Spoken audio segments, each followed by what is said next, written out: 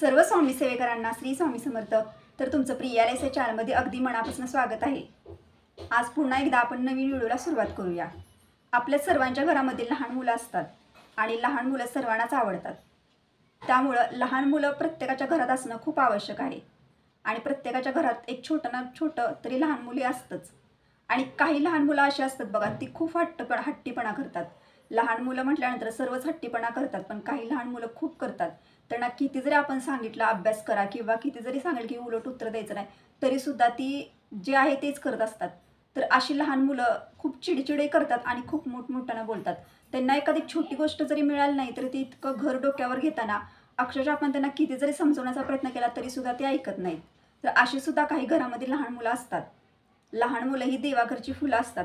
त्यासाठी लहान मुलांना आपण खूप प्रेमाने समजावून सांगतो, तरीसुद्धा ते आपलं ऐकत नाहीत. त्यासाठी ह्या लहान मुलांवर घरामध्ये स्वामींचा एक उपाय आहे. ते आपल्या जी त्यांची आई असेल त्या आईनं आपल्या लहान मुलांसाठी हा उपाय आपल्या घरामध्ये करायचा आहे. तर उपाय अगदी सोपा आहे आणि मी तुम्हाला त्या उपायाविषयीच या व्हिडिओमध्ये माहिती देणार आहे.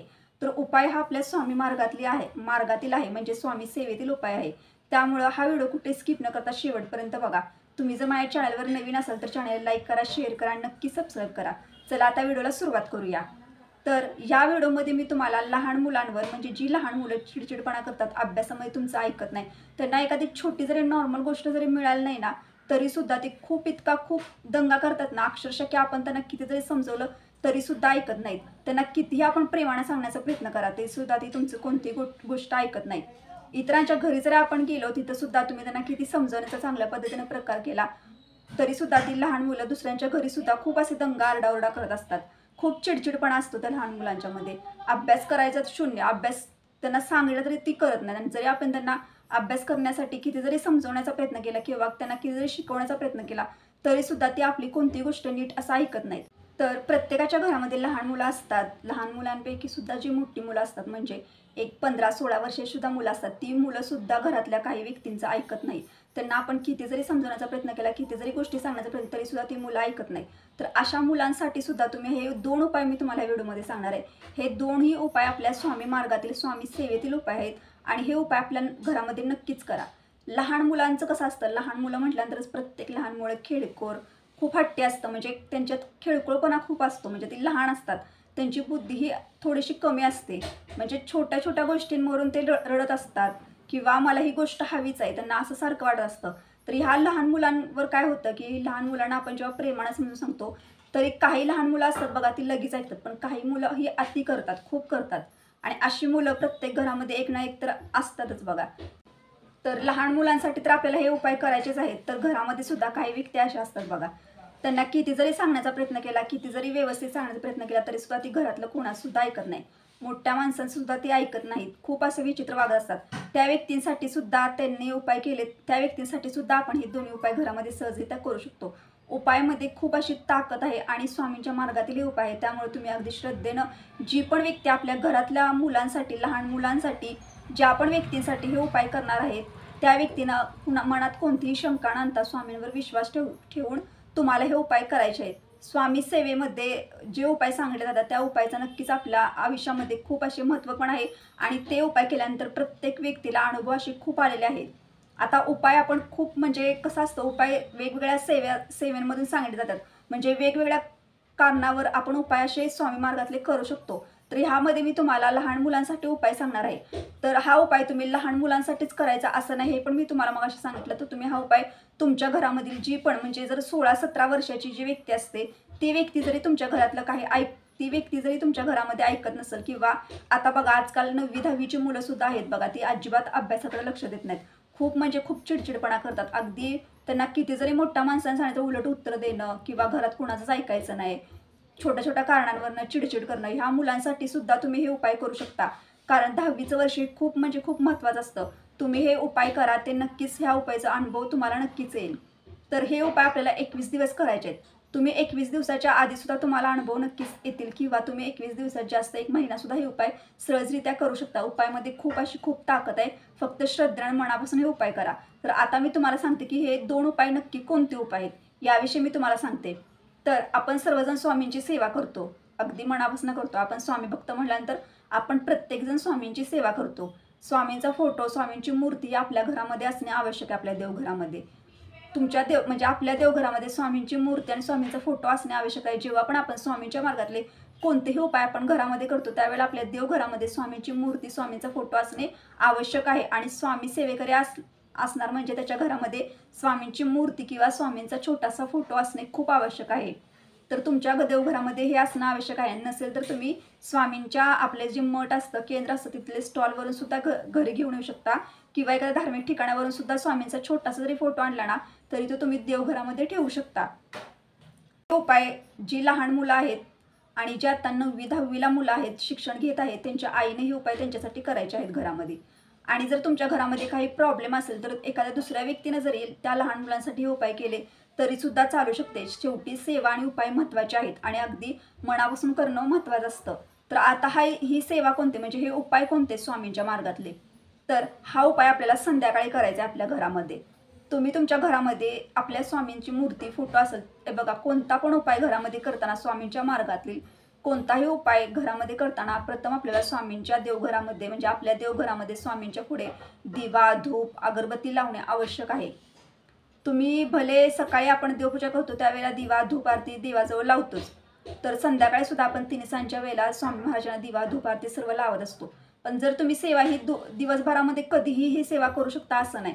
तर ही सेवा आपल्याला संध्याकाळीच करायची आहे. संध्याकाळी कधी, तर संध्याकाळी 3 सांज जेव्हा होती ना त्यावेळेला आपल्याला ही सेवा करायची आहे. तर मी अजून एकदा सांगते की सेवा ही दिवसभरामध्ये कधीही करायची नाही. सेवा ही तुम्हाला संध्याकाळी 3 सांजच्या वेळेला घरामध्ये करायची आहे. 3 सांजच्या वेळेला म्हणजे काय, तर 7:30च्या पुढे 7-7:30 पर्यंत तुम्ही ही सेवा तुमच्या घरामध्ये करू शकता. कारण 3 सांज ही आपल्या म्हणजे खूप महत्त्व आहे 3 सांज, कारण त्यावेळेला लक्ष्मी आपल्या घरामध्ये येत असते. त्यामुळे 3 सांजच्या वेळेला आपण प्रथम देवाजवळ दिवा वगैरे लावायचा, धूप आरती लावायची, स्वामींना पहिल्यांदा मुजरा वगैरे करायचा आणि त्यानंतर तुम्हाला कोणते उपाय करायचे नाही ह्याविषयी मी तुम्हाला सांगते आता बघा. तर मी तुम्हाला एक पहिला उपाय ह्यातला सांगते. स्वामी मार्गातला पहिला उपाय आहे, तो उपाय तुम्ही सहजरित्या आपल्या घरामध्ये करू शकता. पण एक गोष्ट लक्षात ठेवा की हे दोन्ही उपाय आपल्याला संध्याकाळी 3 सांजच्या वेळेलाच करायचं आहेत, हे दोन्ही उपाय. तर तुम्हाला स्वामी सेवेतील नित्यसेवेचं पुस्तक हे सर्वांनाच माहिती आहे बघा. तर नित्यसेवेच्या पुस्तकामध्ये आपल्याला रामरक्षा दिलेली आहे. तर तुम्ही तुमच्या घरामध्ये जी पण लहान मुलं असतील, आता समजा तुमच्या घरामध्ये 4 लहान मुलं असतील किंवा 1-2 लहान मुलं असतील, ती चिडचिडपणा करत असतील, असे किती जरी आपल्या घरामध्ये लहान मुलं असतील, त्या लहान मुलांना आपल्या जवळ देवघराजवळ बसवायचं आणि त्याच्यानंतर प्रथम आपल्याला प्रत्येक लहान मुलाच्या डोक्यावरती हात ठेवायचा. म्हणजे डोक्यावरती उजवा हात आपण डोक्यावरती ठेवायचा आणि त्यानंतर आपल्याला नित्यसेवेच्या पुस्तकामधलं रामरक्षाचं पठण करायचं आहे. तुम्हाला रामरक्षा माहिती आहे सर्वांना. नित्यसेवेच्या पुस्तकामध्ये रामरक्षा आहे. ती रामरक्षा संस्कृतमध्ये सुद्धा आहे आणि मराठीमध्ये सुद्धा रामरक्षा आहे. तुम्हाला जी रामरक्षा म्हणणं सोपं जाईल ती रामरक्षा तुम्ही तुमच्या मुलांच्या डोक्यावरती हात ठेवून आपण ही मुलांच्या समोर रामरक्षा आपल्याला पठण करायची आहे. किंवा तुमची जर मुलं थोडीशी मोठे असतील, त्यांना जर लिहिता वाचता व्यवस्थित येत असेल, तरी त्या मुलांनी जरी स्वतःहून जरी दररोज रामरक्षा आपल्या देवघरापाशी म्हटली तरी सुद्धा चालू शकते. खूप त्या मुलांमध्ये फरक पडतो.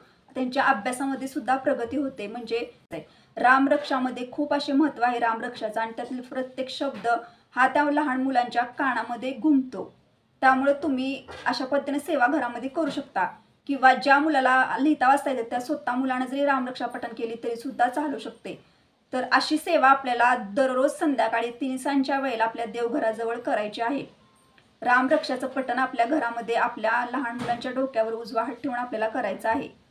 तर ही सेवा तुम्ही 21 दिवस करू शकता किंवा तुम्हाला त्याच्या आधी सुद्धा ह्या सेवेचा अनुभव येईल किंवा त्याच्यानंतर 21 दिवस करू शकता किंवा तुम्ही महिनाभर जरी केली तरी सुद्धा चालू शकतो. किंवा तुम्हाला जर त्याचा अनुभव चांगल्या पद्धतीने येणारच अनुभव, कारण स्वामी मार्गातले जे पण उपाय असतात, जी पण सेवा असते, ते जर आपण मनापासून आणि अगदी स्वामींवर श्रद्धा ठेवून जर हे उपाय केले तर तुम्हाला अनुभव नक्कीच येतात.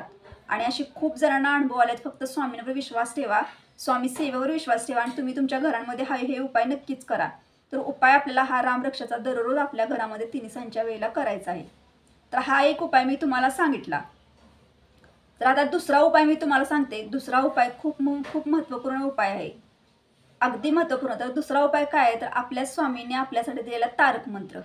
तारक मंत्र हा इतका प्रभावशाली मंत्र आहे की ह्यातील शब्द आणि शब्द, ओवी आणि ओवीमध्ये खूप महत्त्व आहे. स्वामींनी आपल्या प्रत्येक भक्ताला तारक मंत्र दिलेला आहे. त्यामुळे तारक मंत्राचं पठण ज्या घरामध्ये होतं ना त्या घरामधील कोणती पण नकारात्मकता असू दे ती सर्व बाहेर निघून जाते आणि घरामध्ये नेहमी सकारात्मकच वातावरण राहतं. त्या घरा तर तारक मंत्राची सेवा करताना तुम्हाला एक ग्लास भरून पाणी घ्यायचं आहे. तर आता तुमच्या घरामध्ये जर 2-3 मुलं जर असतील तर त्या मुलांसाठी तुम्ही एकत्र बनवू शकता. तीर्थ बनवायचं आपल्याला, एकत्र बनवू शकता. किंवा जर तुमच्या घरामध्ये एकच लहान मुलं असेल त्यासाठी बनवायचं तर तुम्ही थोडंसंच ग्लासमध्ये पाणी घ्या आणि तो ग्लास आपल्याला आपल्या स्वामींजवळ ठेवायचा आहे. स्वामींच्या मूर्ती असेल तर मूर्तीजवळ ठेवा, फोटो असेल तर फोटोजवळ ठेवा. थोडक्यात आपल्या देवघराच्या स्वामींच्या जवळ आपल्याला तो पाण्यानं भरलेला ग्लास भरलेला किंवा थोडासा घेतलं पाणी, जेवढं आवश्यक पाणी आहे, जेवढं तुम्हाला तीर्थ बनवायचं आहे तेवढंच तुम्ही पाणी घ्या. तर ते पाणी आपल्याला स्वामींजवळ ठेवायचं आहे आणि त्यानंतर आपल्याला आपलं जे लहान बाळ असेल त्या बाळाला किंवा जी व्यक्ती असेल त्या व्यक्तीला आपल्या देवघराची ते 5-10 मिनटं तुम्ही बसवा आणि त्याच्यानंतर तुम्ही तारक मंत्राचं पठण करा घरामध्ये. तर ही सेवा आपल्याला करताना तारक मंत्र तुम्ही 11 वेळा म्हणू शकता किंवा तुम्ही तारक मंत्र 21 वेळा म्हणू शकता. तुम्हाला माहिती आहे की तारक मंत्र पठण करायला जास्त वेळ लागत नाही.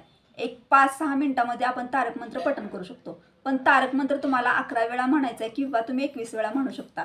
तर दोन्हीपैकी तुम्हाला जसा वेळ मिळेल तसं तुम्ही तारक मंत्र पठण. जर तुम्ही तारक मंत्र दररोज 11 वेळा म्हणणार असाल तुम्ही दररोज 11 वेळाच म्हणा. जर तारक मंत्र तुम्ही 21 वेळा म्हणणार असाल तर तुम्ही दररोज 21 वेळाच म्हणा. हे तुम्ही आधी ठरवा की तुम्हाला तारक मंत्र किती वेळा म्हणायचं आहे. तारक मंत्र 11 वेळा जेव्हा तुम्ही म्हणणार त्यानंतर तुम्ही ते पाणी घ्यायचं आणि ते जे पाणी असतं त्यामध्ये थोडीशी स्वामी महाराजांची उदी टाकायची, थोडीशी नकळत.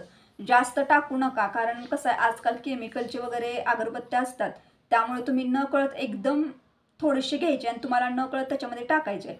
आणि तुमच्या घरामधील जे पण छोटी लहान मुलं असतात जी चिडचिडपणा करतात, जे अभ्यासाकडे लक्ष देत नाहीत, मोठ्यांचं ऐकत नाही, त्या प्रत्येक लहान मुलाला हे थोडं थोडं पाणी तुम्ही तुमच्या घरामध्ये देऊ शकता.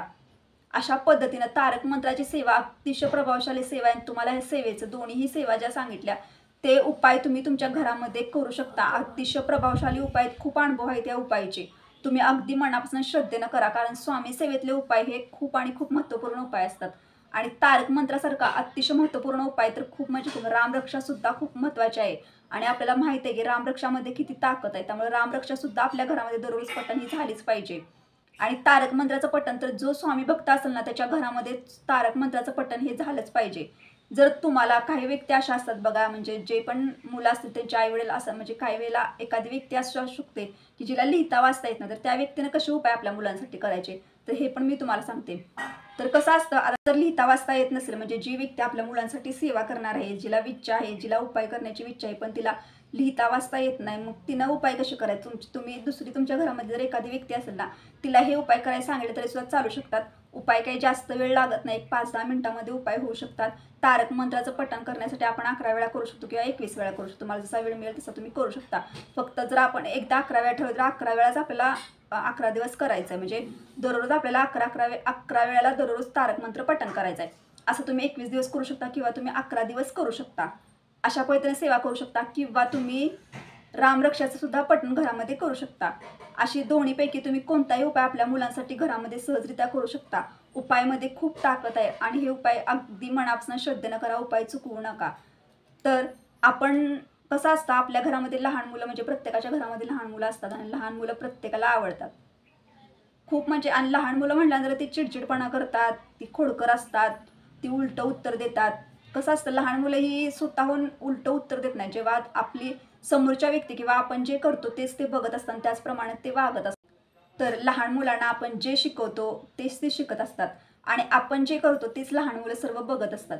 त्यामुळे लहान मुलांना लहानपणापासूनच आपण स्वामी सेवेची सवय लावा आणि स्वामींचा छोटा का होईना पण एक 11 वेळाला स्वामी समर्थ, स्वामी समर्थ, स्वामी समर्थ ह्या मंत्र तरी त्यांना बोलायला लावा. त्यांना तारक मंत्र बोलायला लावा. त्यांना थोडं थोडं का होईना त्यांच्या कानावर गोष्टी गेल्या पाहिजेत. त्यामुळं काय होईल की त्यांना स्वामी सेवेची आवड निर्माण होईल त्यांच्या मनामध्ये आणि त्यामुळे ती पुढं सुद्धा स्वामींची सेवा करतील आणि त्यांना कळेल की आपण आपल्या आयुष्यामध्ये कधीही पुढं जेव्हा पण आपण जातो तेव्हा आपल्या आयुष्यामध्ये आपल्याला आपल्या स्वामी सेवेंची, आपल्या स्वामींची साथ असणं खूप गरजेचं आहे. त्यामुळं मी तुम्हाला सांगते की जे पण स्वामी सेवेकरी आहेत, माझा हा व्हिडिओ बघतात, त्या स्वामी सेवेकरांना एकच सांगते की तुमच्या घरामध्ये जी लहान मुलं असतील ना त्या लहान मुलांना स्वामी सेवेचं महत्त्व सांगा. तेव्हा स्वामींची आवड निर्माण होईल. तेव्हा त्यांच्यामध्ये अचानकच बदल तुम्हाला जाणवू लागतात. जे चिडचिडपणा करतात, जे म्हणजे ऐकत नाही, ते बघा किती शांत येतात. त्यामुळे तुम्ही मी जे तुम्हाला हे उपाय सांगितले आता बघा ह्या व्हिडिओमध्ये तुम्हाला जे उपाय सांगितले ते उपाय खूप महत्त्वपूर्ण उपाय आहेत. खूप म्हणजे खूप ताकद आहे या दोन्ही उपायामध्ये. तुम्ही तुमच्या घरामध्ये उपाय दोन्ही नक्की करा. तुमच्या लहान मुलांना नक्कीच तुम्हाला ह्या उपायाचा नक्कीच अनुभव येईल. तुमची लहान मुलं नक्कीच त्यांच्यामध्ये प्रगती झालेली तुम्हाला दिसेल बघा. त्यासाठी उपाय चुकू नका. हे उपाय प्रत्येक स्वामी भक्तांना आपल्या लहान मुलासाठी आपल्या घरामध्ये नक्कीच करा. तर अशा पद्धतीने मी तुम्हाला ह्या व्हिडिओमध्ये माहिती दिलेली आहे की लहान मुलं आपली चिडचिड करतात, लहान मुलं आपले कोणाचं ऐकत नाही, अभ्यासाकडे लक्ष देत नाहीत, मोठमोठ्यानं बोलतात, उलट उत्तर देतात. त्या लहान मुलांसाठी आपण आपल्या घरामध्ये, आपल्या आईनं आपल्या घरामध्ये कोणते सोपे 2 उपाय आपल्या घरामध्ये सहजरित्या करू शकतो, त्या उपायाविषयी तुम्हाला मी माहिती दिली. तर तुम्हाला जर हा व्हिडिओ आवडला असेल तर लाईक करा, शेअर करा, नक्की सबस्क्राईब करा. भेटूया आता नेक्स्ट व्हिडिओमध्ये. तोपर्यंत सर्व स्वामी सेवेकरांना श्री स्वामी समर्थ.